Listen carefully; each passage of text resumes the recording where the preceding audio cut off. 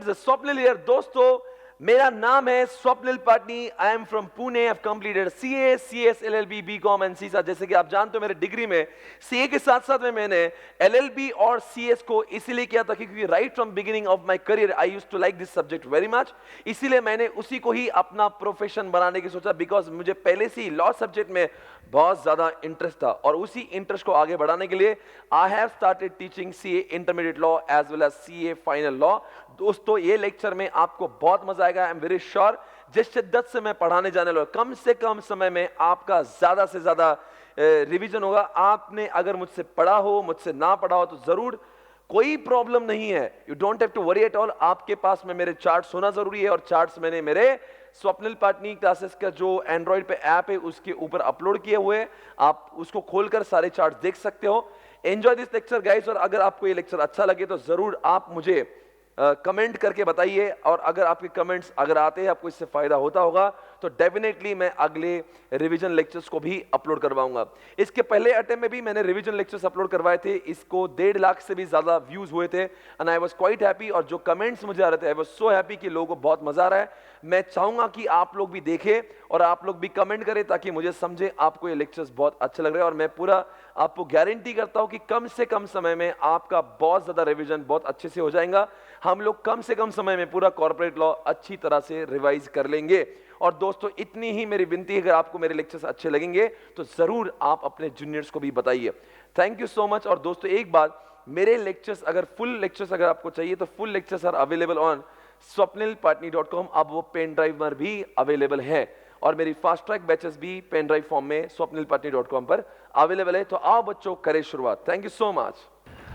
So guys, welcome back. अभी break के पहले हमने 3 चैप्टर्स खत्म किए, आपको सभी को मालूम है। और अगला चैप्टर नंबर 1 ये रहा आपके सामने। अब again this chapter also has got the weightage of around 12 marks. Chapter number 1 की बात करेंगे। बहुत अच्छा चैप्टर है बिकॉज ये भी वन ऑफ दी छोटा चैप्टर। आपको मैंने पहले भी कहा था कि चैप्टर नंबर 3 और चैप्टर नंबर 4 में जितना वक्त लगता है, कंपैरेटिवली काफी कम वक्त चैप्टर 1 को लगेगा। और अगला ये chapter will not take more than 40 to 45 minutes. I hope you are ready. इस चैप्टर का नाम है ऑटोमेशन, ऑटोमेटेड बिजनेस प्रोसेसेस। और उसका पहला कॉन्सेप्ट आ रहा है कैटेगरीज ऑफ 3 बात इसमें, operational, supporting, management. Awesome. Operational, supporting, management. भाई एक बार चेक कर ले सारी चीजें सही है। मेरे को रीटेक नहीं लेना, एक बार देख लेना। हाँ, operational, supporting, management. Operational, supporting, management. Okay guys, आप सभी को मालूम आपकी एग्जामिनेशन ठीक खाली है। आपको ऑसम तरीके से एग्जामिनेशन देना है तो बताएंगे O for come on everybody operational, S for come on everybody supporting and M for what। अब सबसे पहली बात, अगर मैं कॉल सेंटर पे हूं और मैं कॉल सेंटर पे एक लड़की बात कर रहा हूं और आपका कॉल मुझे आया, मैंने कहा hello how may I help you, तो बताइए ऑपरेशनल है या सपोर्टिंग है या मैनेजमेंट है? अरे बताओ भाई, सपोर्टिंग है या ऑपरेशन? ये ऑपरेशनल है। आपका पता नहीं दिमाग खराब हो गया है। दोस्तों, जब आप कस्टमर से बात करते हो ये ऑपरेशनल है। आप मेरे शॉप में हैं, आप मुझसे बात कर रहे हो, मैं दुकानदार हूं, मैं सेलर हूं, मैं आपसे बात कर रहा हूं, तो जाहिर सी बात है ये ऑपरेशनल ही होगा।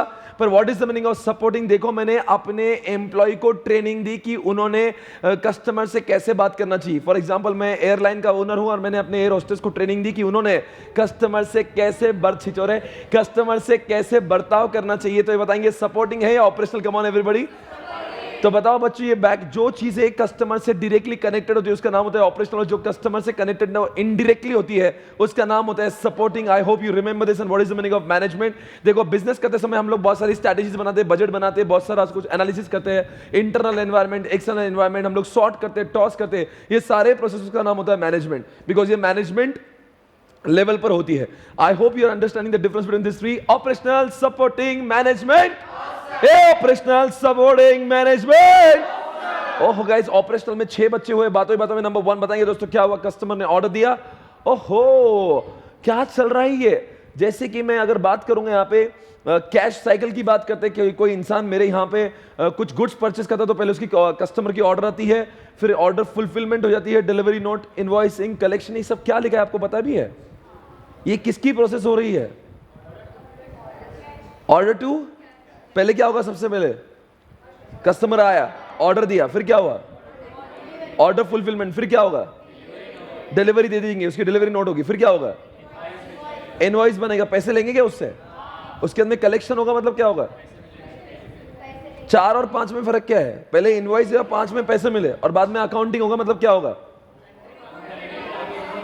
ऑब्वियसली जाहिर सी बात, अगर पैसा कलेक्ट हो जाएगा तो उसका अकाउंटिंग भी होना। ये कब की बात है? ऑर्डर टू, वापस से बताना। नंबर 1 कस्टमर आया, ऑर्डर फुलफिलमेंट हुआ, डिलीवरी नोट दिया।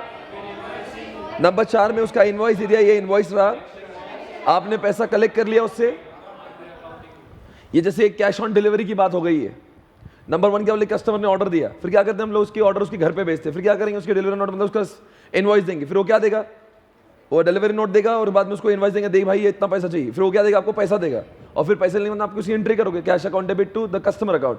आई होप यू अंडरस्टूड दिस। अगला सवाल ये रहा आपके सामने दोस्तों, मैनेजमेंट की बातें भी आपको मैंने बता दी। अब है आपके सामने बीपीए, बिजनेस प्रोसेस ऑटोमेशन। दोस्तों what is the meaning of BP? BP मतलब देखो, मैं खाता हूं, मैं पीता हूं, ये बिजनेस प्रोसेस नहीं है।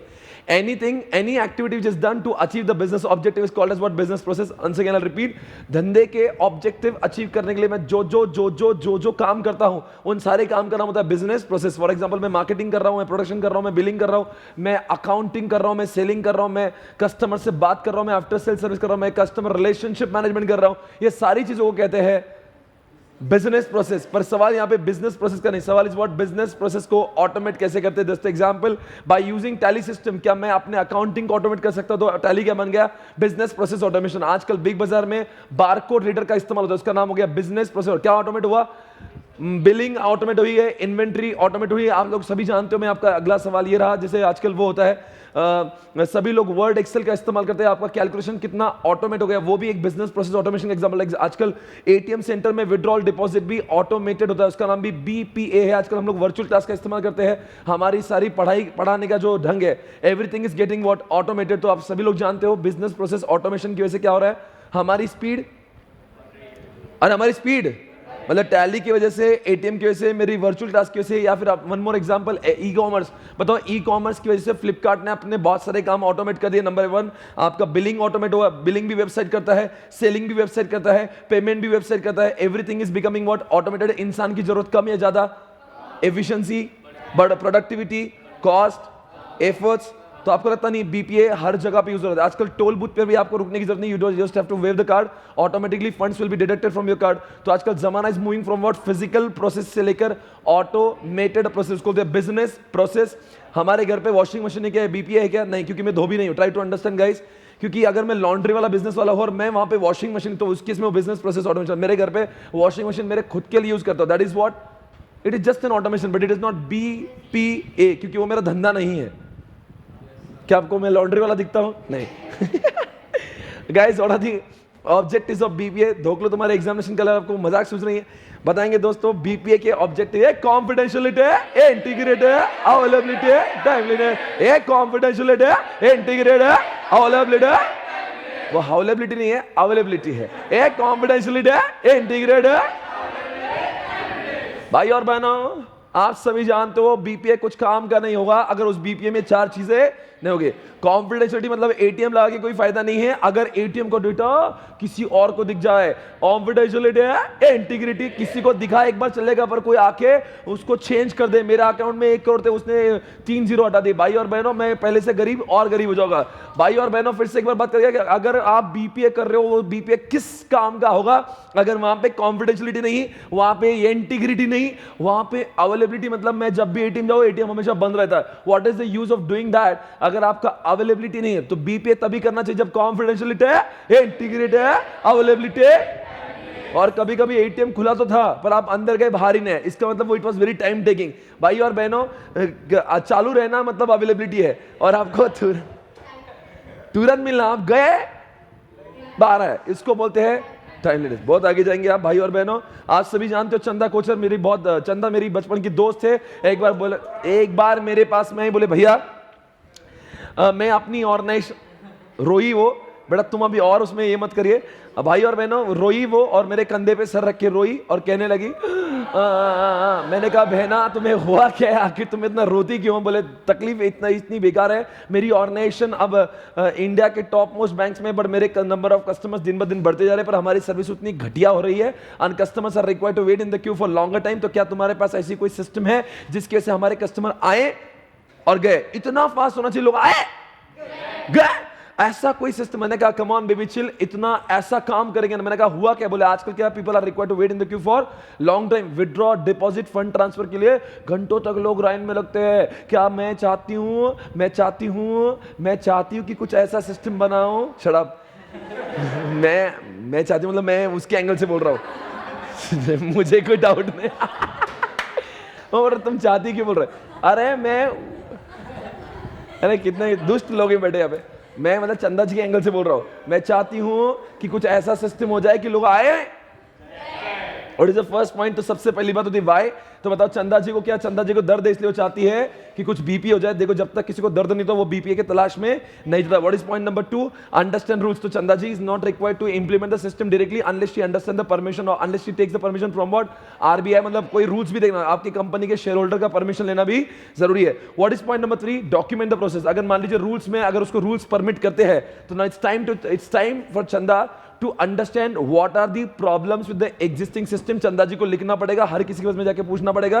देखो बीपीए करना है, अगर नई वाली के पास जाते हो तो ये भी जानना जरूरी है कि पुरानी वाली में दर्द क्या है। इसलिए पॉइंट नंबर 3 में शराब, पॉइंट नंबर 3 में you are suppose to understand the problem with the existing process, you have to make the documentation. Point number 3 में डॉक्यूमेंटेशन है। पॉइंट नंबर 4 में क्या लिखा है कि आखिर चंदा जी को ये सारी चीजें कितने दिनों में चाहिए, कितने साल में चाहिए, कितना पैसा। She should have a complete understanding about the objective. बताएंगे 4 point. Number 1 why rules about the existing processes and number 4 is what?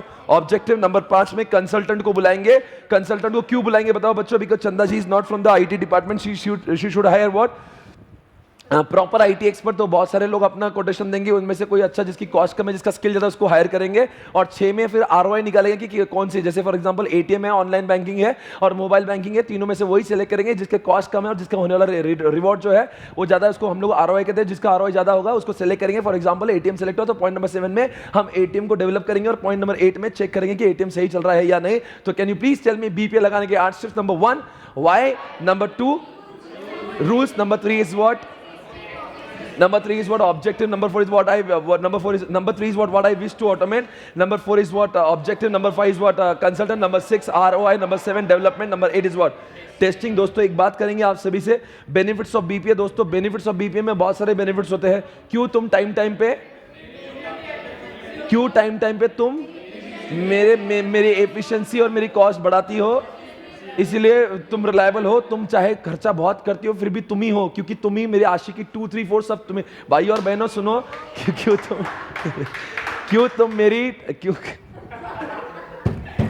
क्यों तुम टाइम पे बोलो ना मेरी क्या बढ़ाती हो? एफिशिएंसी बढ़ाती हो। अरे एफिशिएंसी बढ़ाती हो, विजिबिलिटी बढ़ाती हो, कॉस्ट, एफिशिएंसी, विजिबिलिटी, कॉस्ट बढ़ाती हो। पर फिर भी कुछ भी बोलो, तुम जैसा कोई नहीं, तुमसे अच्छा कोई दूसरा नहीं है। तुम ही रिलायबल हो क्योंकि तुम ही मेरी आप बताएंगे क्यों का मतलब क्या है? क्वालिटी बताओ। एक इसके फायदे ढोक लो, ये आशिकी की बात नहीं चल रही है। हम लोग बीपीए की फायदे की बात करें। एग्जामिनेशन में जब भी बीपीए आएगा तो याद रखना क्यों तुम टाइम पे। तो एक्चुअली क्या, क्यों के अलावा सारे शब्द उसी के अंदर एज इट इज है। देखो कवि की सोच देखिए, कवि ने कैसा मेमोरी टेक्निक बनाया। कवि मतलब मैं। भाई और बहनों क्यों मतलब क्या है? जैसे बीपीए करेंगे तो जैसे कि एटीएम है, ई कॉमर्स है, बारकोड रीडर है, या फिर मेरा जो ई कॉमर्स का सिस्टम है, या फिर वर्चुअल लेक्चर्स है, ये सबकी तारीफ चल रही है। सबकी मिला के कंबाइंड तारीफ है कि सबकी उससे क्वालिटी बढ़ गई। टाइम मतलब क्या? टाइम भी कम लगता है। और टाइम मतलब क्या था? और एक टर्न अराउंड टाइम भी, मतलब जाने आने के लिए टाइम बहुत कम लगता है। जैसे एग्जांपल ईमेल और टैली सिस्टम देख लो, फटाफट काम होता है, टर्न अराउंड टाइम कम लग रहा है। तो वापस बताओ क्यों मतलब क्या? इन सारी चीज से क्वालिटी देखो। आजकल बारकोड के से क्वालिटी कितना अच्छा हो गया, एटीएम के से क्वालिटी अच्छा। टाइम मतलब क्या? टाइम बहुत कम लगता है। एग्जांपल आप आजकल बुक माई शो से कितने जल्दी से टिकट बुक करते हो। टाइम मतलब क्या? टर्न अराउंड टाइम कम लगता है। क्यों तुम टाइम पे बोलो आगे रहे। एफिशिएंसी, अब आपकी जाहिर सी बात, अगर एटीएम करो तो कितना जल्दी से, अदरवाइज आपको 3 घंटे बैंक में रुकना पड़ेगा, एटीएम से कितना फास्ट हो जाएगा, बोलो आगे। विजिबिलिटी, आजकल मेरा ई कॉमर्स ट्रांजैक्शन है, मेरा सिस्टम सब ई कॉमर्स का, तो मैं सारे ट्रांजैक्शन को आसानी से विजिबल देख सकता हूं। अब मेरे अंधेरे में कुछ नहीं, everything what is happening on the system I can actually access from anywhere in the world. तो विजिबिलिटी मेरी बढ़ गई। आगे बोलो रे। कॉस्ट कम हो, जैसे एग्जांपल टैली, तो आपको लगता नहीं कि जो वो अकाउंटेंट थे, वो जो मुंशी जी थे, उनकी कॉस्ट कम हुई क्या नहीं हुई? और बताओ रे आगे। रिलायबिलिटी, आपको लगता नहीं इतना सारा एटीएम सिस्टम में रात में भी चलता है, दिन में भी चलता है, जब जाओ जब, सवेरे शाम में, रात दिन कभी भी। तो रिलायबल कितना है? जब चाहे तब पैसे मिलते हैं, तो रिलायबिलिटी है। तो क्यों तुम टाइम पे मेरी एफिशिएंसी बढ़ाती हो, कॉस्ट बढ़ाती हो, और बोलो रे विजिबिलिटी बढ़ाते हो, पर कुछ भी हो तुम ही, क्योंकि तुमसे अच्छा कोई ना दूजा। इधर दूसरों ईआरएम की बात करेंगे। अब मैं ईआरएम की बात करता हूँ। मेरे देखो देखो इधर बताओ, मैंने जब आपको क्लास में जब पढ़ाया था ना, तो मुझे याद है अभी भी, मैं मुकेश अंबानी का एक भाषण सुना था जिसने लिखा था मैं ग्लोबल में टॉप 20 ग्लोबल कंपनीज में आना चाहता हूँ। जब वो रिलायंस का जो वो था ना 40th एनुअल जनरल मीटिंग था ना, तो उसने जब बोला था, एक बहुत अच्छा भाषण दिया था कि जब वो हो रहा था 40 साल हो गए थे, किसको 40 साल ही हुए थे, आई डोंट नो, 40 साल ही हुए थे, तो मुकेश जी ने तब ज्ञान दिया था कि अब हम लोग इंडिया में तो नंबर 1 बन चुके हैं, पर हम लोग ग्लोबल टॉप 20 कंपनी में आना चाहते, तो सबसे पहले क्या होना चाहिए, हमारी कंपनी का एक क्या होना चाहिए, बोलो रे, हमारे कंपनी का एक विजन होना चाहिए, एक ऑब्जेक्टिव होना चाहिए। पर ट्राई टू अंडरस्टैंड ईआरएम और विजन का क्या कनेक्शन है। अगर मेरा सपना है, मेरा सपना है, मेरा सपना है, मेरा सपना है, मेरा सपना, बोलो ना तुम लोग मजे के लिए ढोगलो, मेरा सपना है कि मैं टॉप 20 कंपनीज में आऊं। चौधरी की बात नहीं कर रहा पागल, सपना की बात करो। सपना मतलब वो सपना चौधरी की बात नहीं कर रहा हूं, छिछोरो। भाई और बहनों बोलो ना आगे। अगर मैं टॉप 20 कंपनीज में आना चाहता हूं, तो वो ऑब्जेक्टिव को पाने के लिए जो रास्ते में ऐसी कोई चीजें जो मुझे ऑब्जेक्टिव से दूर रखती है, जो मेरे ऑब्जेक्टिव में बाधाएं आ सकती है, अगर उन बाधाओं को हटाकर मैं अपने ऑब्जेक्टिव को जब अचीव कर लूंगा, तो नाम हो जाएगा एंटरप्राइज रिस्क मैनेजमेंट। मतलब पहले मुझे रिस्क को नहीं ढूंढना है, पहले मुझे ये ढूंढना है, मुझे जाना का है, उस जगह पे जाने के लिए जो रास्ते में बीच बीच में आके मेरे रास्ते में रुकावटें पैदा कर सकते हैं, उन सारी चीजों को मैं आइडेंटिफाई करूंगा, उनके रिस्क को कम करूंगा, और मैं एक दिन अपने सपनों को हासिल करूंगा, मैं अपने सपनों तक पहुंचूंगा। उसी को कहते हैं, अगर मैं सपने तक पहुंच गया, तो आप कहेंगे सपनों तक अगर पहुंच गया, तो बोलो जल्दी से, क्या हो जाए, उसका नाम हो जाएगा एंटरप्राइज रिस्क मैनेजमेंट। भाई और बहनों, आप बताएंगे components of enterprise risk management. Number 1 क्या हुआ, इंटरनल एनवायरनमेंट। नंबर 2 क्या है, पहली बात तो मुझे माहौल बनाना पड़ेगा। इंटरनल एनवायरनमेंट क्या, पहले माहौल बनाना पड़ेगा, क्या हमें बहुत आगे जाना है, तो पहले मुकेश जी ने माहौल बनाया। नंबर 2 में क्या करा, मुकेश जी ने बताया टॉप 20 कंपनीज में आना है। नंबर 3 में उसने इवेंट देखा कि आखिर हमें इस वहां तक जाने के लिए क्या क्या चीजें आ सकती है, कॉम्पिटिशन आ सकती है, या आईटी का रिस्क आ सकता है, या जो भी है, वो सारे रिस्क को आइडेंटिफाई करेंगे। बिकॉज जब रिस्क को मालूम ही नहीं तो रिस्क को कम कैसे करो। तो पॉइंट नंबर 3 में रिस्क को ढूंढा, पर रिस्क मान लो we have found out around 100 types of risk, पर 4 नंबर में हम लोग सारे 100 के 100 रिस्क को इज्जत नहीं देते। हम लोग कौन से रिस्क को कम करेंगे, जिसकी प्रोबेबिलिटी और एक्सपोजर ज्यादा है। तो इसे 4 नंबर में हमने उन सारे 100 रिस्क की प्रोबेबिलिटी और एक्सपोजर देखे, और उनकी प्रायोरिटी डिसाइड की कि उन 100 में से कौन सी भारी टाइप की रिस्क है। और 5 नंबर में हमने क्या किया, उन रिस्क को बचाने का हमने क्या किया, रिस्क का रिस्पॉन्स देखा, और बाद में उसके ऊपर हमने क्या लगाया, कंट्रोल किया। तो रिस्क को बताओ, what is the use of identifying the risk if you are not controlling the risk. तो ये कौन सी रिस्क है जो हमारे सपनों के बीच में जो बाधाएं क्रिएट करेंगी, वो सारे रिस्क को हमने ढूंढा, और ढूंढ के हमने पॉइंट नंबर 6 में उसको कंट्रोल किया। Tell me what is the point number 7, what is the use of implementation of control if the nobody is aware about the control. इसलिए ऑर्गेनाइजेशन में जितने भी कंट्रोल्स लगाए हैं, बोला आगे, हर कोई ऑर्गेनाइजेशन के हर कोई एम्प्लॉय को पता होना चाहिए आखिर हमने कंट्रोल इस तरह से किया है। और पॉइंट नंबर 8 में चेक करते हैं कंट्रोल सही वर्क कर रहा है कि नहीं कर रहा है। तो एग्जामिनेशन में ये क्वेश्चन बहुत इंपॉर्टेंट हो सकता है, आप सभी लोग इसको अच्छी नजर से देखिए। वापस से बताना, ईआरएम के 8 कंपनीज का नाम अक्सर ये होता है कि एसएम के एग्जामिनेशन में लोग फेल होते हैं, बिकॉज लोग हमेशा आंसर के ऊपर फोकस करते हैं, क्वेश्चन के ऊपर नहीं करते, बिकॉज उसको लगता है आंसर में देख लूंगा। पर दोगलो ये होता है, एग्जामिनेशन में आप क्वेश्चन तो पढ़ते हो, आपको 4-5 अलग-अलग टाइप के आंसर रिकॉल होते हैं। वो क्यों होता है, बिकॉज आपका हमेशा focus, you always focus more on what answers are not on question. इसलिए while reading the answers you have to focus more on what questions as well. तो इसलिए बताओ what is the question components of ERM, and what is the first point, number 1 inter environment, objective करेंगे। Number 3 में क्या करेंगे, event ढूंढेंगे। Number 4 में assessment करेंगे। नंबर 5 में क्या करेंगे, उसका रिस्पॉन्स देखेंगे। और नंबर 6 में उसके ऊपर कंट्रोल लगाएंगे। नंबर 7 में इंफॉर्मेशन देंगे। और नंबर 8 में इसी तरह से मेरे सेकंड पेज पे आ गया। दोस्तों दुनिया में 2 चीजें हैं, एक रिस्क और कंट्रोल। बाजू वाला जो पेज है हमें करना नहीं, बिकॉज वो क्या लिखा है, फ्लोचार्ट के बारे में लिखा है, और फ्लोचार्ट अपने आप में एक डिफरेंट चैप्टर है। आप सभी ने फ्लोचार्ट बहुत अच्छी तरह से किया है, और अगर आपने फ्लोचार्ट नहीं किया होता, it is available on YouTube. मेरे 3 घंटे का लेक्चर नहीं, 9 घंटे का लेक्चर है फ्लोचार्ट के ऊपर, जिसमें मैंने 11 क्वेश्चन को सॉल्व किया। अगर आपको फ्लोचार्ट के ऊपर थोड़ी सी भी प्रॉब्लम है, so kindly watch this lecture which is there on YouTube. आप मेरा नाम डालिए, फ्लोचार्ट नंबर डालिए, फ्लोचार्ट 1 2 3 लेक्चर्स आपको दिखेंगे। आप जरूर उसका अभ्यास करिए, क्योंकि फ्लोचार्ट एग्जामिनेशन में आने की उम्मीद इस अटेम्प्ट में कम से कम बहुत ज्यादा है, बिकॉज आईसीएस समझती है फर्स्ट अटेम्प्ट में, और वहां पे बच्चों के फेल होने की संभावना बहुत ज्यादा है। तो इसलिए आपको पास कराने के लिए फ्लोचार्ट का उपयोग करना बहुत जरूरी, बिकॉज फ्लोचार्ट एक ऐसा चैप्टर जो आपको पास कराने में बहुत ज्यादा मदद कर सकता है। बिकॉज जब आप 16 मार्क का लिखते हो, तब आप जब 8 मार्क्स मिलते हैं। तो फ्लोचार्ट ऐसी चीज है जो 8 में लिख के, फ्लोचार्ट में कम से कम आपने गलती करना नहीं चाहिए। आप बताएंगे दोस्तों, रिस्क की बात करते हैं, रिस्क पहले होता है कि दुनिया में कंट्रोल पहले होता है। अब दुनिया में रिस्क, घर में देखो, पहले छोटे लोग आते हैं, घर में ताले आते हैं, ताले चिंटी, अगर छोटे लोग ही दुनिया में नहीं होते तो घर में ताले क्यों लगाते, आई मीन लॉक क्यों लगाते हैं?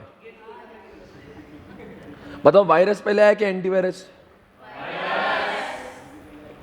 देखो भाई और बहनों, दुनिया में वायरस नहीं होता है तो एंटीवायरस नहीं होते, दुनिया में रिस्क नहीं होते, तो इसलिए पहले रिस्क ढूंढेंगे, कंट्रोल ढूंढेंगे। बट अभी आपने वापस से कर देना गड़बड़, आपने रिस्क ढूंढा पर आपको ये पता नहीं रिस्क आप किसकी ढूंढ रहे, बिकॉज कल भी आपने कल नहीं, थोड़ी देर पहले आपने एक चैप्टर किया जो किया था, उसमें आपने कंट्रोल इस शब्द का इस्तेमाल किया था, but you do not know we were reading about the controls, but right now again we are having one more question about control, so you may get confuse in the examination, इसलिए यहां पे लिखा है कि risk और लिखा है control, तो आपको सभी को जानना चाहिए। Right now we are discussing the risk in the context of BPA. So examination में पूछेंगे व्हाट आर द रिस्क, वो आगे ये भी पूछेंगे what are the risk of a BPA, so don't get confuse what are the controls of BPA. तो यही लिख रहा है, ये जो लिखा है ना, देखो ऊपर लिखा है ऑटोमेटेड बिजनेस, मतलब it is talking about BPA, BPA के रिस्क और बीपीए के कंट्रोल, ये जनरल कंट्रोल्स नहीं है। अगर जनरल कंट्रोल की बात करें तो आपने चैप्टर नंबर कौन सा था, वो चैप्टर 4 था, राइट? उसमें हमने देखा 3। तो जब भी आप आंसर लिखते हो तो आपने आंखों से अच्छी तरह से क्वेश्चन को पढ़े, बिकॉज मैंने आपको एक बात समझाना है, मैंने आपको एक बात समझाना है कि एग्जामिनेशन में पास होने के लिए अलर्ट होना जरूरी है। आपकी बुद्धिमत्ता उस 3 घंटों में बहुत अच्छी चलना चाहिए। कई बार सिल्ली मिस्टेक हो जाती है, you come back home and you understand, और ये तो ये पूछा था, ऐसा आपके साथ में नहीं होना चाहिए। वो क्यों होता है? बिकॉज आप ठीक से सोते नहीं है, कम से कम 6 घंटे की नींद एग्जामिनेशन के पहले जरूरी होती है। आप 4 घंटे सोते हैं और हौले से वहां पे आपका बॉडी टेम्परेचर हाई होता है और आपको वो भी क्वेश्चन आप गड़बड़ कर जाते हैं जो बड़े आसान होते हैं। तो मैं नहीं चाहता कि आपको कहीं अफसोस हो जाए कि नहीं यार ये क्या था, ऐसा नहीं होना चाहिए। जो है वो है। घर पे आने के बाद में अगर ऐसा पछतावा हो ना तो अगले पेपर में भी आपका पढ़ने का मन नहीं करता। सो भाई और बहनों, whenever you will read the question you have to be very careful before you start the answer. पहले 2 बार देख लीजिए, अगर क्वेश्चन आईसीआई ने पूछा है मतलब जरूर इसमें कोई बात है। हलकट क्वेश्चन आईसीआई पूछता नहीं, आईसीआई ने अगर क्वेश्चन पूछा है मतलब जरूर उसमें दाल में कोई भी क्वेश्चन हलकट टाइप का होगा, आईसीआई पूछता है, आईसीआई ने उसको चुना है मतलब उसमें कोई। तो भाई और बहनों, आप सभी को मुझे जवाब देना है। ये क्वेश्चन है types of business risk, because if you do not know the risk, ओहो, अगर आपको रिस्क की पता नहीं था, how can you find out the controls? तो नंबर 1 बताएंगे। इसका क्या था? इसका 4 रुपीज था, 4 रुपीज। अगर आपको मेमोरी टेक्निक्स याद नहीं है तो you are taking big risk, I am saying, और you are taking big risk, क्योंकि आपको सारे पॉइंट को एग्जैक्ट लिखना। मैंने वापस से कहना है, points are very very important. F for what? Common finance, O for what? Operational, R for what? Reputational, R for what? Regulation, and S for what? Strategic. Once again guys, F for finance, O for operation, R for regulation, R for reputation, S for what? Come on.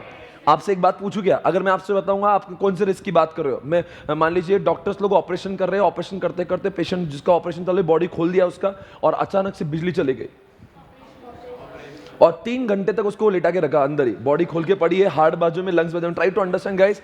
आप मुझे बताओ ये कैसे type का risk है? ये रिश्ता क्या है? ये ऑपरेशनल रिस्क है। मतलब जब भी मतलब सपोज मैं right now I am teaching you और बिजली चले गई, ये कौन सा risk? It is not a strategic, it is what? Operational risk. पर सोचो जो आजकल पुणे के बिल्डर्स है सब लोग घाटे में चल रहे हैं, एवरीबॉडी सफरिंग फ्रॉम लॉसेस। इनके पास क्या है? ये फाइनेंशियल लॉसेस। और जो आइडिया के जियो ने जो आइडिया की बजाई है, एयरटेल की बजाई है, उसलिए उनका जिंदगी धोखे में है। और उन्होंने जो अभी टाइप किया है वोडाफोन, इस टाइप का देखो, जिनकी जिंदगी की, जिनके अस्तित्व का ही प्रॉब्लम आ जाए, ऐसे समय पे कहते हैं स्ट्रेटेजिक रिस्क। और आपको पता है जीएसटी आने के से कई धंधे आजकल बर्बाद हो गए। इसको कौन सा रिस्क कहते हैं? रेट। और आजकल आईसीआई के जो 24,000 लोग पास हुए थे, बाद में 19,000 हो गए। 5,000 लोगों को बातों ही बातों में फेल कर दिया। Try to understand guys. आप बताओ ये कौन सा रिस्क किया है आईसीआई ने? आईसीआई ने खड़े खड़े 5,000 बच्चों को बोला कि तुम पास थे, नहीं, गलती हो गई तो फेल हो गए। आप बताओ इज्जत बढ़ी या कम हुई है? इसको कौन सा रिस्क कहते हैं? अरे बोल दो जल्दी से। It is called as what? Reputational risk. Guys आप अगला सवाल ये आपके सामने, risk of business process automation. बस कुछ नहीं लिखा है, ये बहुत ही सिंपल क्वेश्चन लिखा है। बिजनेस प्रोसेस ऑटोमेशन का एग्जांपल मैं ले रहा हूं, जैसे एग्जांपल टैली, जैसे एग्जांपल एटीएम, जैसे कोई भी एग्जांपल ले लो। टैली की बात करते हैं, टैली भी अपने आप में ऑटोमेशन, बिकॉज पहले जब टैली नहीं था, every accounting entry was done by what? The मुनीम एंड मुंशी जी। अब ये सारा काम कौन कर रहा है? ये सारा काम टैली करता है। सिर्फ आपको जर्नल एंट्री लिखना है, everything will be done by what? Tally itself. आपको तो नहीं टैली आने वैसे हमारी मुनीम की क्या बढ़ गई? मुनीम के काम करने की स्पीड का मतलब, मुनीम मतलब जो जर्नल एंट्री करता है, ये जस्ट हैज टू एंटर और जर्नल एंट्री, बाकी everything will be done bye whom? तो आपको पता नहीं। अब मैं अगर टैली की बात करता हूं, टैली अपने आप में ऑटोमेशन, पर टैली में 6 रिस्क है। नंबर 1, टैली में इनपुट ही गलत लिख दिया। मतलब आप 5,000 रुपए का परचेस किया था, आपने लिख दिया 50,000, तो इनपुट ही गलत हो। नंबर 2 क्या किया? Data transmission. पहले मैं इनपुट प्रोसेस बोलता हूं, पॉइंट नंबर 2 को नहीं पढ़ता। प्रोसेस में क्या किया आपने? इनपुट सही लिखा पर आउटपुट गलत है। सपोज आपने एंटर किया Rakhi account debit 20,000 to cash account 20,000, पर बाद में जब मैंने राखी अकाउंट में जाके देखा तो 20,000 नहीं 2,000 डेबिट था। इसका मतलब क्या? प्रोसेसिंग। इनपुट जब सही आता है और आउटपुट फिर भी गलत आता है, इसका मतलब गलती कहां हुई है? प्रोसेसिंग है। तीसरी गलती, हमें अभी समय अच्छी बात कर रहे हैं गंदी बात, because right now I am talking about risk. तो आउटपुट में रिस्क है, आउटपुट एक तो गलती आया, और दूसरी बात आउटपुट सही आया था but it was given to what unauthorized person, ये चौथा रिस्क है। नंबर 5 में क्या लिखा, डेटा। अब देखो sometimes data is there on the hard disk but somebody has unauthorisedly access it, उसको बोलते हैं डेटा रिस्क। नहीं समझा, वापस बोलता हूं। देखो डेटा का रिस्क क्या होगा, अगर मेरे लैपटॉप में डेटा और कोई भी आके मेरे लैपटॉप में टैली का डेटा और कोई भी आके मेरे टैली का डेटा को छेड़ दिया, उसके डेटा एंट्री को चेंज कर दिया, इसका मतलब वो डेटा रिस्क है। हम अच्छी बात कर रहे हैं गंदी बात, गंदी बात। बताओ बच्चों, कंट्रोल पहले करेंगे कि रिस्क पहले करेंगे, because unless you understand the risk you can not control. तो इसलिए हम लोग रिस्क ढूंढ रहे हैं, कंट्रोल बाद में ढूंढेंगे। What is the point of that? देखो अब मेरा डेटा बन गया, but suppose I am sending data from one location to other location, I have to use what communication transmission. पर कभी-कभी रास्ते में hacker has change the data, hacker was hack the data, उसको कहते हैं डेटा ट्रांसमिशन थ्रेट्स। मतलब मैं यहां से डेटा बराबर भेजा पर सामने वाले को मिलने से पहले किसी ने उसको चुरा लिया, तो मतलब ट्रांसमिशन रिस्क हो गया। और what is the meaning of infrastructure? Suppose मेरा जो मुनीम था, मेरा जो अकाउंटेंट था, he was entering data on tally system, पर अचानक से लैपटॉप भी खराब हो गया। Infrastructure risk. बिग बाजार में कहते हैं आंटी भी काम कर रही है, सॉफ्टवेयर भी काम कर रहा है, अचानक से बारकोड रीडर का जो सिस्टम था वो बंद हो गया, क्या हुआ? Infrastructure risk. ऐसा बहुत बार होता है, आप अचानक से आपका मोबाइल बंद हो गया, चालू ही नहीं हो पाया, फिर आप, ये क्या हुआ? Infrastructure risk. एटीएम, कई बार एटीएम आउट ऑफ ऑर्डर होते हैं, ATM, it is what? Infrastructure risk. I hope आप बताइए देखो कितना है, input, process, output, a come on everybody, input, a process, a output, a data, a transmission, last में what? Infrastructure. Come on everybody, input, a process, a output, a data, a transmission. इससे क्या होता है, जो लोग थोड़े बहुत नशे में आ रहे हैं वो होश में आ जाते हैं। Hey guys, very good evening. दोस्तों कैसे हो आप? आपने पार्ट 1 को देखा, now you're watching part number 2। दोस्तों आपको ये लेक्चर बहुत अच्छे लग रहे होंगे, इसका मुझे पूरा यकीन है। दोस्तों अगर आपको ये लेक्चर्स अच्छे लग रहे होंगे तो please do not forget to watch the revision lectures of financial management. आपको एक आई बटन ऊपर दिख रहा होगा, आपको क्लिक करना है और आपको देखना है। दोस्तों यकीन मानिए अब फाइनेंशियल मैनेजमेंट सब्जेक्ट बहुत इजी, बहुत इंटरेस्टिंग हो जाएगा।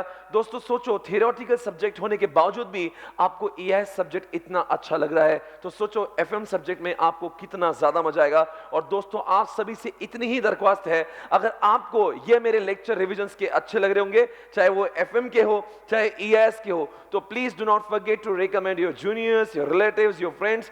मैं आपसे सिर्फ उतनी ही चीज एक मांगता हूं कि आप अपने जूनियर्स को जरूर बोले। और दोस्तों एक चीज मैं आपको बताना चाहूंगा जो बहुत ही इंपॉर्टेंट है, आप सभी के बहुत काम की है। Do not forget to download my application Swapnil Patni revision classes. उसके अंदर आपको सारी चीजें एक साथ में, टीम एसपीसी के सारे फैकल्टीज का आपको चार्ट भी मिलेगा, सब, चाहे वो ईआईएस हो, चाहे एसएम हो, चाहे आईटी हो, चाहे लॉ हो।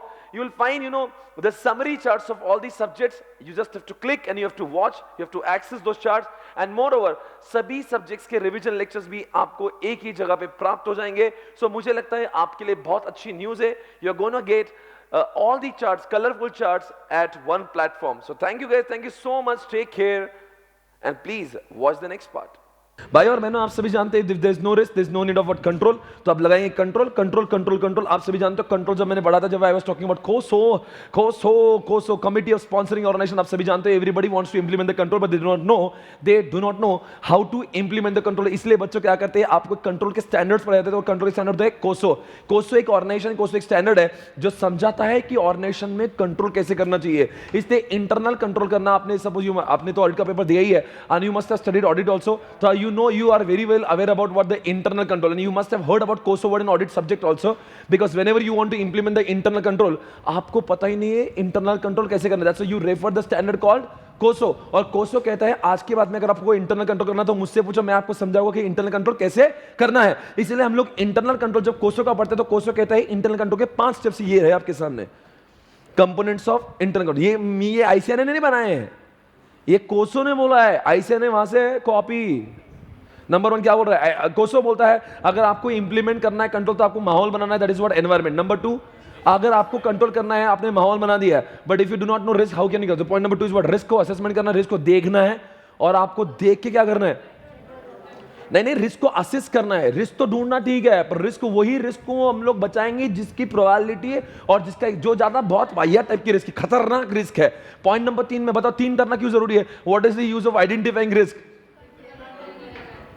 लड़की पसंद आए, बोले शादी नहीं करूंगा, फिर काय को लड़की देगा, बोले ऐसी बजाओ। रिस्क भाई और बहनों, पॉइंट नंबर 2 में अगर रिस्क ढूंढी है तो it's time to what implement control. If you do not implement control, what is the use of identifying risk, पर what is the use of point number 4? अगर कंट्रोल लगाना ही है and if nobody is aware about the control, what is the use of implementing control? इसलिए point number 4 में सभी को aware करते हैं कंट्रोल ऐसे लगाना है, वैसे लगाना है। What is point number 5? आपको पता नहीं ईआरएम के ऑब्जेक्टिव के, ईआरएम के कंपोनेंट्स के आखिरी के 3 पॉइंट उन्होंने वहां से उठा के कॉपी पेस्ट ठोक दिए। कोई बात नहीं बच्चों, आपको सिर्फ सतर्कता बरतना है कि आपको उधर क्या, उधर 8 पॉइंट से इधर 5 पॉइंट से। Number 1, what is that? Environment बनाएंगे, you have to identify risk, you have to implement the control, you have to make everybody aware, and last one you have to check कि वो control सही काम कर रहे हैं या नहीं।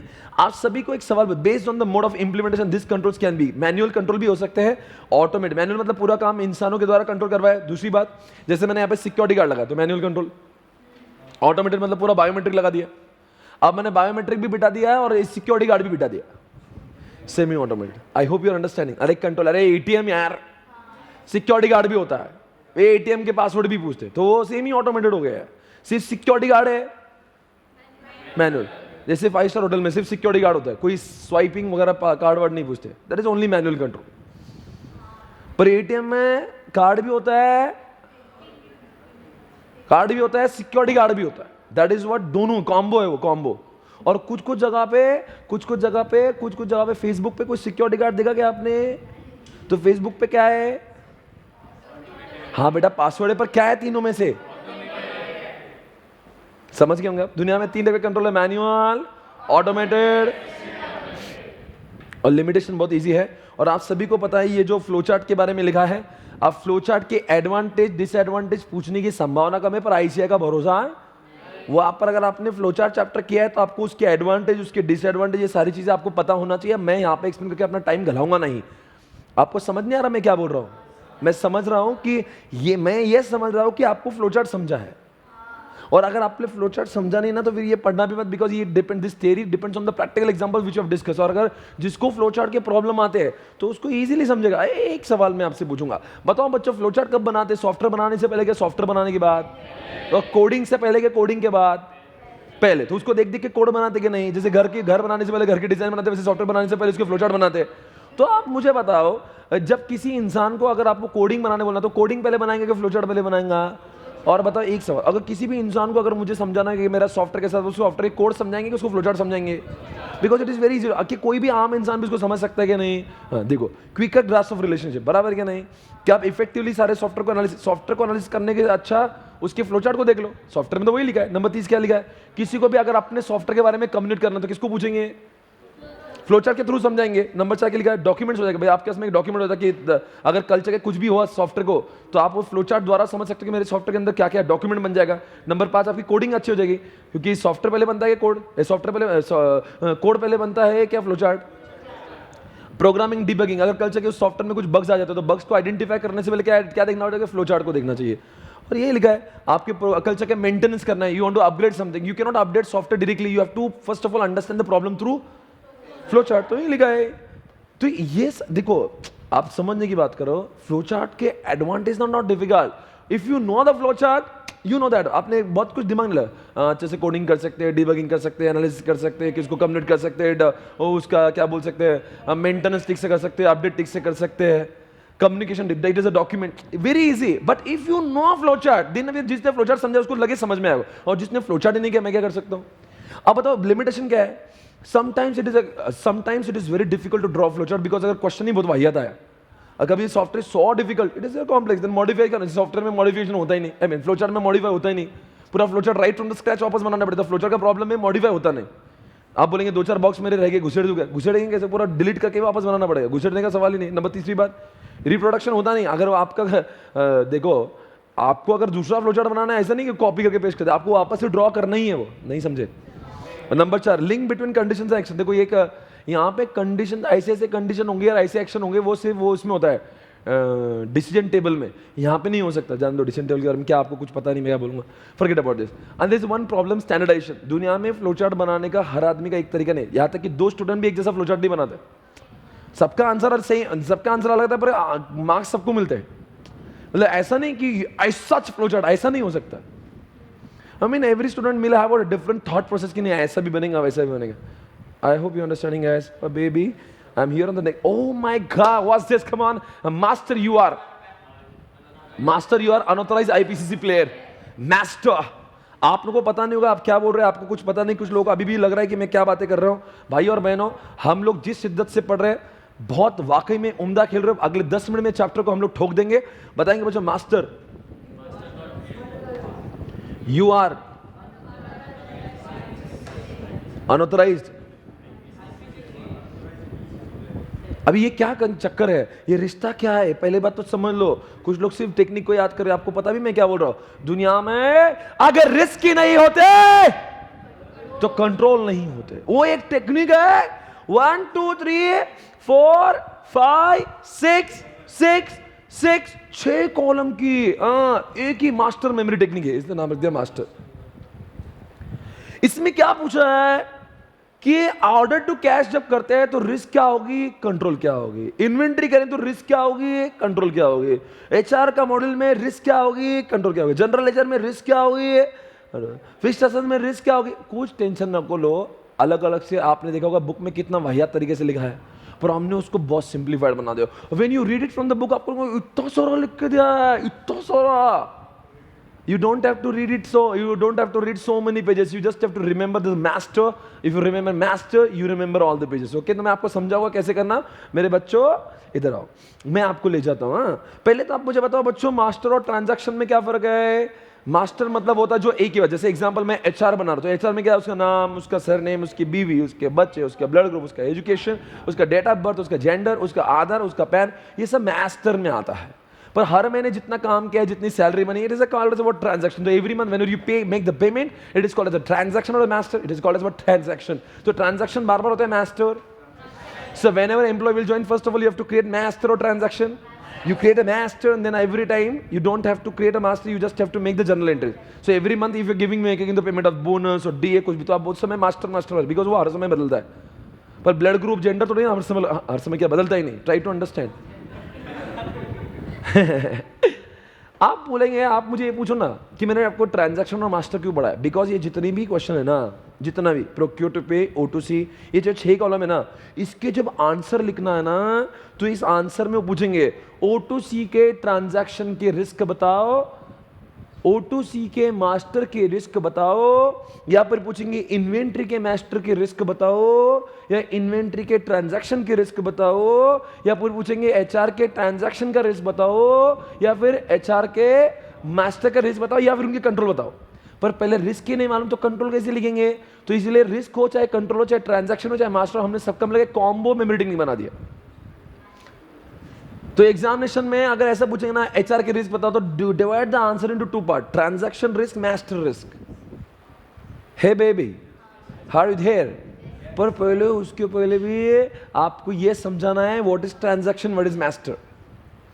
उसके पहले भी एक समझाना है what is the difference between risk and control. तो आपको आंसर लेटने में बहुत टाइम, मतलब कितना लेट के लिख सकता है. अगर ये क्वेश्चन पूछे explain the controls of HR, तो आपको कैसे लिखना है, what is risk, what is the meaning of control. 2 line तो यही खत्म होगी. What is the meaning of transaction file, what is master, तो आधा पेज तो यही खत्म हो गया. उसके बाद में आपको लेटना है कि वो क्या पूछ रहा है. फिर यू हैव टू, उसके बाद एचआर की बात भी करना है कि HR module it is there to maintain the records of all the employee, because if you are having large number of employees, तो it is so difficult to maintain them what manually. तो इसलिए हम लोग HR module use करते हैं.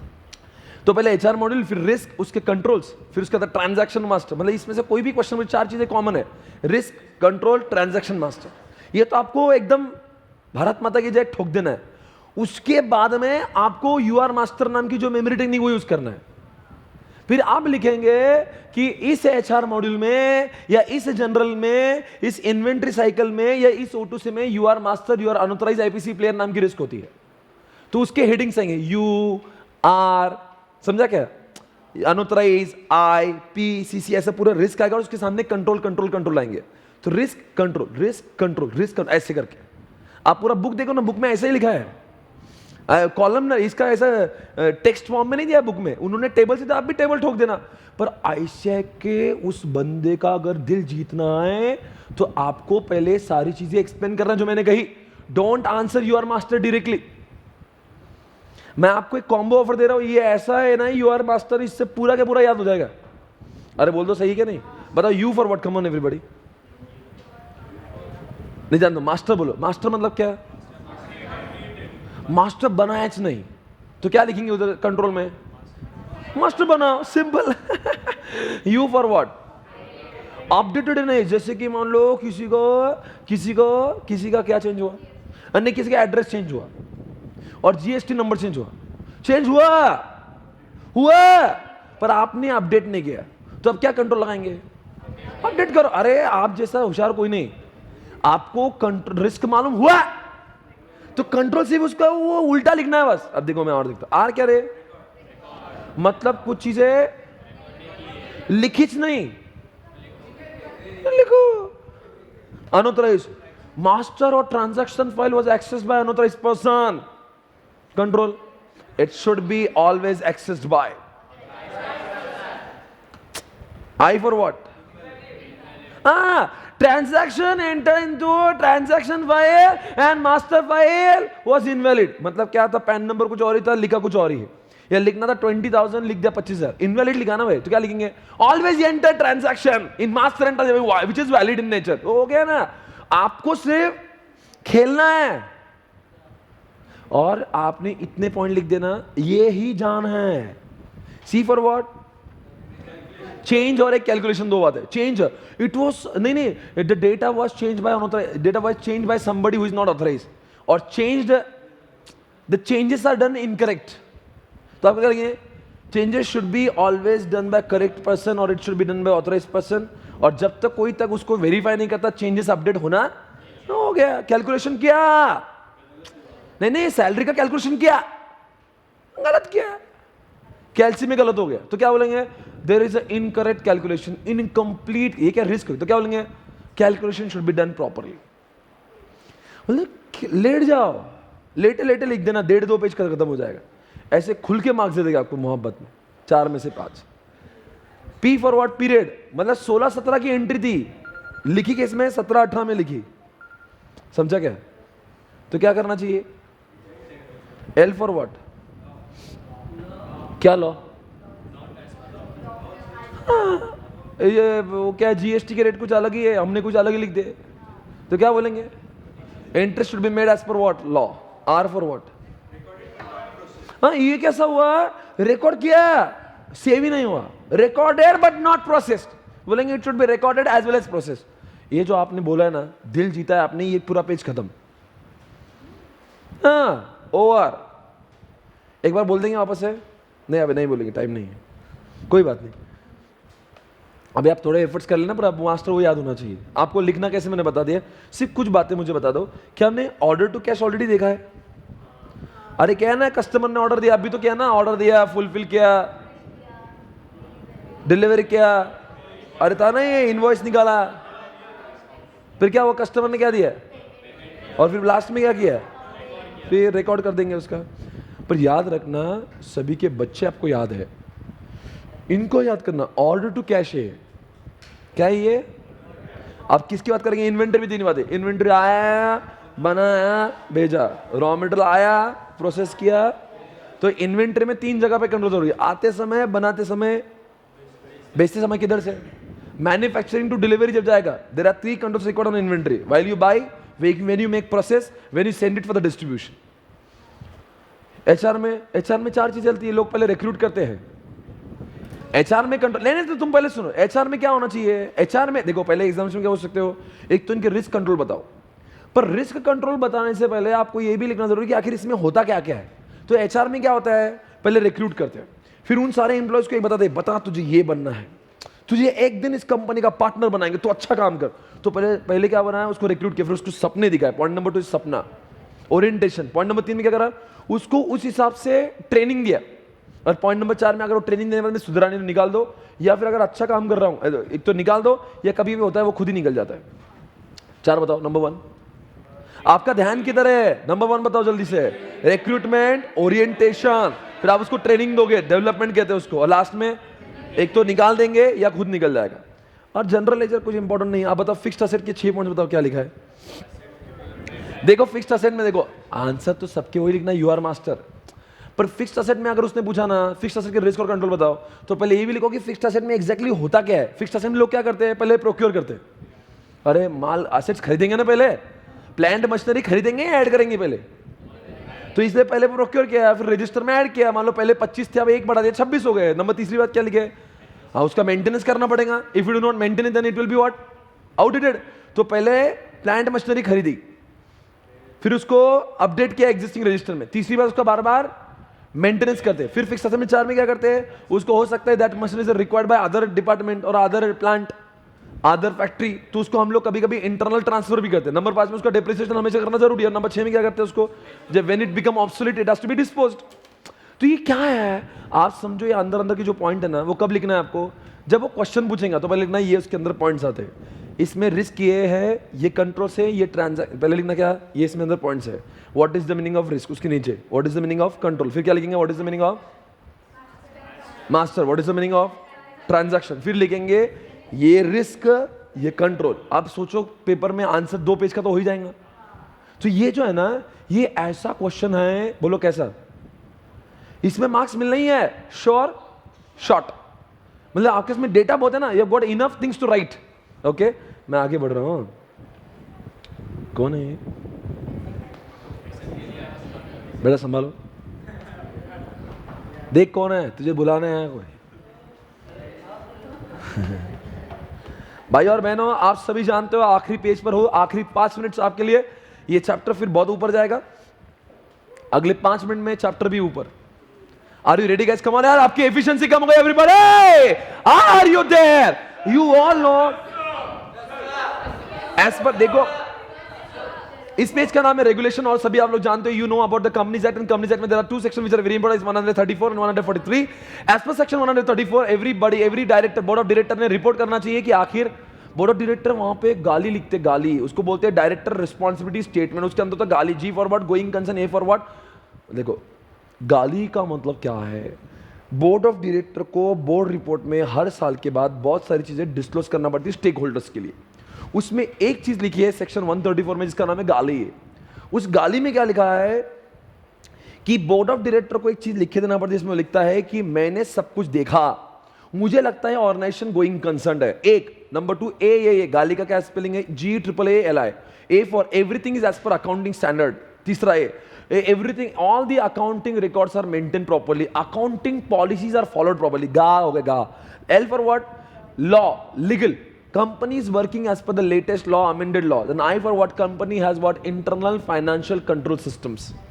अब क्या होता है, ये जब सत्यम का कांड नहीं होता ना, तो उसके पहले ये सारी चीजें डायरेक्टर लिखे नहीं देता था, पर आजकल डायरेक्टर को डिस्क्लोज करके देना जरूरी कि मैंने खुद ने अपनी आंखों से गाली की है, मैंने जी देखा है, AAALI सब देखा है, और मुझे यकीन है अगर इसमें से अगर वो लिख के दे रहा है ये गाली है और बाद में गाली नहीं हुई ना, तो उसको गाली देंगे,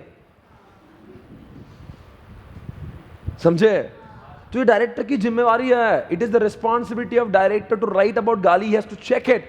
अब बताओ what is the use in IT system, because आप ये समझ लेना आईटी के ऊपर जितने भी कंट्रोल प्रीवियस पेज में हमने दिखे, it is the responsibility board of director to check कि सारे कंट्रोल जितने लिखे थे वो सारे कंट्रोल्स बराबर है भी। What is the meaning of this 143, आज सभी जानते हो it is the powers and duties of what, auditor. So auditor जब भी ऑडिट करने जाता है, स्टैट्यूटरी ऑडिटर कहां पॉइंट होता है, सेक्शन नंबर 139 में, तो उस ऑडिटर को ऑडिट होने के बाद में एक ऑडिट रिपोर्ट बनाना पड़ता है। उसमें वो लिखा है ऑडिटर की ड्यूटीज और रिस्पॉन्सिबिलिटी, ड्यूटीज और पावर क्या होते हैं। उसमें ऑडिटर की ड्यूटीज होती है कि जो कंट्रोल्स डायरेक्टर ने लगाए हैं, कौन से, इंटरनल कंट्रोल फाइनेंशियल सिस्टम्स, ये जो कंट्रोल लगाए हैं, ऑडिटर उन कंट्रोल्स को लगाता नहीं, ऑडिटर चेक करके उस रिपोर्ट में लिखता है कि ऑर्गेनाइजेशन में ये सारे कंट्रोल्स बराबर से लगते हैं या नहीं है। तो आप मुझे बताओ, किसी ने आपसे पूछा कि कंट्रोल लगाना कि स्वइच्छा का सवाल है, नहीं, स्वइच्छा का तेल लगाने, अगर आपने नहीं लगाया ना तो 134 143 सारे डायरेक्टर को बजा देगा, बिकॉज लॉ है, it is a legal requirement, it is a regulation. लगाना नहीं लगाना ऑप्शन नहीं है, झक मार के लगाना है, बिकॉज लॉ 134 में डायरेक्टर को कंपलसरी कर रहा है, और डायरेक्टर के साथ साथ में ऑडिटर को कंपलसरी कर रहा है 143 में कि आपको उसके ऊपर रिपोर्ट लिखना जरूरी है। बहुत बोला, बहुत भारी बोला, बहुत आगे जाऊंगा मैं, आओ बच्चों उधर। सेंसिटिव पर्सनल डेटा इंफॉर्मेशन आखिरी वाले कॉलम में लिखा है, you all know section 43A of information technology act 2000, उसमें लिखा है it is the responsibility of body corporate to protect the data of their client their customer, and in case the body corporate is fail to protect the data of their client and their customer, then body corporate will be liable for punishment as per section 85 of information technology act. इसका मतलब क्या हुआ कि जैसे Airtel जैसी organisation और कोई लड़की का नंबर, एक लड़का गया, ये इस लड़की का नंबर दो, और एयरटेल के चिंटी ने उस लड़के को नंबर दिया जो लड़की का था, तो एयरटेल के लड़की ने देना चाहिए था क्या? नहीं, बिकॉज वो तो अच्छा, तो कोई भी लड़का जाके किसी भी लड़की के नंबर उठाएगा वहां से, तो it is the responsibility of Airtel staff to maintain the privacy of the data. पर फिर भी एयरटेल के स्टाफ ने किसी को भी नंबर शेयर कर दिया, तो ये 43A सेक्शन कहता है वो एम्प्लॉय तो अंदर जाएगा जो एयरटेल के ओनर है, क्योंकि ये उनकी कंपनी है, वो जिम्मेदार है। एग्जाम्पल, किसी हॉस्पिटल में आपका दोस्त एडमिट है, वो लगातार हॉस्पिटल में जाता है, वो बोलता ही नहीं क्या करने जाता है। आपको डाउट आ गया ये आखिर मेरे दोस्त को हुआ क्या ये बार बार करता क्या है, आखिर इसको हुआ क्या, ऐसी कौन सी बीमारी जो डिस्क्लोज नहीं करता? Why he does not disclose? आपने जाके नर्स से पूछ लिया, नर्स को 100 रुपए दे, नर्स ने मजे मजे में आपको बता दिया आखिर तुम्हारे दोस्त को हुआ क्या है। आप मुझे बताओ, अपने सिस्टर बोल के सब कुछ जान तो लिया, बट उस सिस्टर ने आपको डेटा डिस्क्लोज करना चाहिए था क्या? She was not supposed to disclose the data because it was her responsibility as per section 43A। क्या लिखा है? सेंसिटिव पर्सनल डेटा, कि किसी पेशेंट का डेटा या किसी का फोन नंबर या किसी का बैंक अकाउंट का डेटा, ये सारी चीजें पर्सनल इन नेचर थी, उसको डिस्क्लोज करना अलाउड नहीं कर देंगे ना, तो लॉ में आपको बजा देंगे 43A section of information technology act. वो तो नर्स तो अंदर जाएंगी, साथ में हॉस्पिटल के इंचार्ज भी अंदर जाएंगे, समझा? Next question. और बेबी व्हाट इज दिस? अभी हम लोग ऑफेंस की बात करेंगे दोस्तों, आपको सभी को समझना है। एक दो दुनिया में दो चीजें होती है, आईपीसी इंडियन पिनल कोड में कुछ चीजों को गुनाह नहीं माना है, पर इंफॉर्मेशन टेक्नोलॉजी एक्ट में कहते हैं कि इन सारी चीजों को करना भी गुनाह है। पहले कहते थे कि किसी ने लैपटॉप को, देखो मैं एक एग्जांपल देता हूं, मैंने एक बार पुलिस स्टेशन में गया, मैंने कहा कि मेरे लैपटॉप से किसी ने पेन ड्राइव लगा के डेटा चुरा लिया, तो वो बोले क्या प्रॉब्लम है? तो मैंने कहा चोरी। बोले ये तो चोरी थोड़ी ना, आपका डेटा तो आपके लैपटॉप में। मैंने बोला ये चोरी। बोले आपका डेटा कहाँ है? बोले लैपटॉप। बोले चोरी कैसे हो गई? बिकॉज इंडियन पिनल कोड में इसको चोरी नहीं कहते, पर साइबर लॉ कहता है डेटा की चोरी भी चोरी। तो इसीलिए इंफॉर्मेशन टेक्नोलॉजी एक्ट में इन सारी चीजों को भी ऑफेंस माना गया है, जो आईपीसी में इन चीजों को ऑफेंस नहीं माना है। अगर आप आईपीसी द्वारा इन चीजों को लड़ोगे तो आपको कभी भी न्याय नहीं मिलेगा। आपको इंसाफ चाहिए तो you have to file your complaint through information technology act 2000। Number 1 क्या लिखा? Common cyber. नंबर 1 क्या लिखा? Harassment why what fake public profile on what. देखो आजकल मैंने कहा था मेरा इंस्टाग्राम का अकाउंट हैक हो गया था और कोई मेरे जबरदस्ती की फेक प्रोफाइल बना रहा है, तो ये मेरे साथ में तो खुद हो रहा है। Number 2 email account hacking. आपका ही ईमेल आप देख नहीं पाते और आपको अगर आपका ईमेल आईडी चाहिए तो बोलते हैं हमें $1000 चाहिए, 1000 बिटकॉइन चाहिए। आपका ईमेल आईडी आपने बनाया, हैक कोई और कर रहा है और आपको हो रहा है, तुझे चाहिए क्या? बोले हाँ चाहिए, तो फिर ला पैसे। नंबर 3 बात, क्रेडिट कार्ड का फ्रॉड। आजकल दोस्तों क्रेडिट कार्ड की इंफॉर्मेशन चुराना एक आम बात है, तो whenever you share your credit card number online you have to be very sure कि आप सिक्योर, जहां पे HTTPS लिखा है वहीं पे शेयर करें, वरना आपके क्रेडिट कार्ड के डेटा को हैक करके आपका पैसा वेब डिफेसमेंट। आपको सभी को जानो, इन्फोसिस की कंपनी में इन्फोसिस के लोगों ने एक बार कह दिया कि हमारे जैसी सिक्योरिटी दुनिया में किसी की भी नहीं। हैकर ने इमोशनल बोले, आज तक कोई भी हैकर इसको कुछ भी हैकर इमोशनल होकर सुन रहा था। बोले ऐसा? बोले तो हमको चैलेंज हो गया। बोले आज तक कोई भी हैकर में इतना दम नहीं कि हमारी सिक्योरिटी को। बोले कोई बात नहीं, hacker took it what very seriously. Hacker ने उसी दिन रात में गेम बजा दिया, वेबसाइट के सारे फोटो चेंज करके अश्लील फोटो डाल दिए। भाई और बहनों, वेबसाइट जो इन्फोसिस दुनिया की सिक्योरिटी कर रहा था, हैकर ने उसकी सिक्योरिटी की बैंड बजा दी। इसको कहते हैं डिफेसमेंट। वेबसाइट का डिफेसमेंट हो गया, मतलब वेबसाइट पे वो चीजें आ रही जो आपकी नहीं है और वो आ रही है जो हैकर चाह रहा है। सोचो मेरी वेबसाइट पे वो दिख रहा है जो मैं नहीं चाह रहा हूं। यहां पे कुछ छिछोरे लोग भी बैठे। भाई और बहनों, आपने रैंसमवेयर के बारे में सुना ही होगा। इन दिनों में वायरस के बारे में, सबसे बड़ा वायरस इन दिनों में आपने रैंसमवेयर सुना होगा, उसके बारे में लिखा है। साइबर टेररिज्म, आप सभी लोग जानते हैं कि हमारे समाज में दहशत फैलाने वाले लोग बहुत है कि यहाँ पे सोशल मीडिया पे दे पोस्ट रॉन्ग थिंग्स, हिंदू मुस्लिम के झगड़े लगाते हैं। ऐसे कई सारे टेररिस्ट की और जो कई सारे एक्टिविटीज आजकल इंडिया में चलती है, जहाँ पे जबरदस्ती लोग आजकल देखते हो कि अभी हमने कई दिनों पहले बहुत सारे पोस्ट फेसबुक पे देखे हैं जहाँ पे बहुत सारे आंदोलन इंडिया में हुए इन दिनों में। आप सभी जानते हो मैं किसकी बात कर रहा हूं। पर ये सारी चीजें नहीं कि लोग आग भड़काते, समाज में ऐसे भड़काने वाले लोग बहुत है और इसको बोलते हैं ऐसा, मतलब कोई भी इंसान ऐसे पोस्ट कर रहा है, बोलो कैसे, जिसकी वजह से लोग समाज में आपस में एक दूसरे से इसको बोलते हैं cyber terrorism. Online sale of illegal activity, जैसे दारू बेचना, वेपन बेचना, गन बेचना, पिस्तौल बेचना या फिर ड्रग्स बेचना, वो भी कैसे online, home delivery drugs, home delivery दारू। अब सोचो वहां साला यहाँ पे होम डिलीवरी पिज्जा सुना था आज तक, बोले होम डिलीवरी ड्रग्स चाहिए क्या, तो वो भी देंगे भाई। साइबर पोर्नोग्राफी, आपको नाम में ही बहुत कुछ समझ में आ रहा हो, इसके बारे में मैं क्या जवाब दूंगा। साइबर पोर्नोग्राफी होता है, आप समझदार हो, यू आर एडल्ट। फिशिंग आप सभी जानते हो भाई, फिशिंग का मतलब क्या है, बताओ भाई फिशिंग का मतलब क्या है। फिशिंग मतलब क्या है, एक्सेस, जैसे एक्सेस का स्पेलिंग है AXIS, और आपने क्या लिख दिया, देखो इंडिया में इंग्लिश लोगों की बहुत अच्छी शुद्ध इंग्लिश है, तो वो ACCESS लिखा और लिखा बैंक। अब जब ACCESS लिखा तो एक्चुअल में एक्सिस बैंक खुल गया, उसको लगा ये सच्ची मुच्ची की बैंक है, पर वो हैकर ने बनाई झूठी फेक वो थी वेबसाइट, और उसने अपना आईडी पासवर्ड दे दिया। तो सोचो उस लुटेरे ने आपका आईडी पासवर्ड उसके घर पे बुला लिया, आपको जाल में अटका दिया, उसको बोलते हैं फिशिंग। उसके अंदर थेफ्ट ऑफ कॉन्फिडेंशियल, आजकल तो बहुत हो रहा है, फेसबुक हमारा यही तो, फेसबुक इसका गुनहगार है, थेफ्ट ऑफ कॉन्फिडेंशियल डेटा। आपकी चैट तक फेसबुक पढ़ता है, माइंड इट। आपने आपके जो चैट में लिखते हो, आपको लगता है सिर्फ आप जानते हो और वो जानती है, और एक जानता है, mark Zuckerberg. Even he knows what you write, so be careful guys, he knows everything. Source code theft guys, एक लड़की थी, इसका नाम है अनीता शर्मा, उसने इन्फोसिस में शी वाज वर्किंग, और उन्होंने क्या कर लिया, जो सोर्स कोड में जो सॉफ्टवेयर का काम कर, जिसकी जो कीमत थी वो बिलियंस ऑफ डॉलर्स की थी, और उसने कोड चुरा के किसी कंप्यूटर्स को भेज दिया। सोचो एक एम्प्लॉय भी आपके ऑर्गेनाइजेशन के कोड चुरा के आपके ऑर्गेनाइजेशन कोड को किसी को भी बेच सकता है, तो हो सकता है कोड, वो कोड, उसकी सैलरी थी 1 लाख रुपए, पर कोड जो बेचा उसने, इट वॉज इन बिलियंस। तो ऐसे थ्रॉट्स होते हैं, और आप सभी जानते हो इतने सारे ऑफेंसेस से झगड़ा करना है, तो आपके इसमें कोई एक्ट होना चाहिए जिसका नाम है इंफॉर्मेशन टेक्नोलॉजी एक्ट। इसलिए दोस्तों दुनिया में इंफॉर्मेशन टेक्नोलॉजी एक्ट का आना जरूरी है, जो कहता है अगर इतने सारे ऑफेंसेस अगर है और इन ऑफेंसेस के गुनहगारों को अगर सजा दिलाना है, तो you should have a very powerful act जिसका नाम है इंफॉर्मेशन टेक्नोलॉजी एक्ट, जिसका नाम है इंफॉर्मेशन टेक्नोलॉजी एक्ट। से होते हैं साइबर लॉ 2000। उसमें क्या बता, साइबर लॉ आने की वजह से क्या हो, एक बार ये भी देखते हैं कि ईयर 2000 के पहले व्हेन साइबर लॉ, देखो यहाँ पूछा ना एडवांटेज ऑफ साइबर लॉ क्यों आया, तो ये सारे गुनाह, ये जो ऑफेंसेस कम होंगे क्या बढ़ेंगे?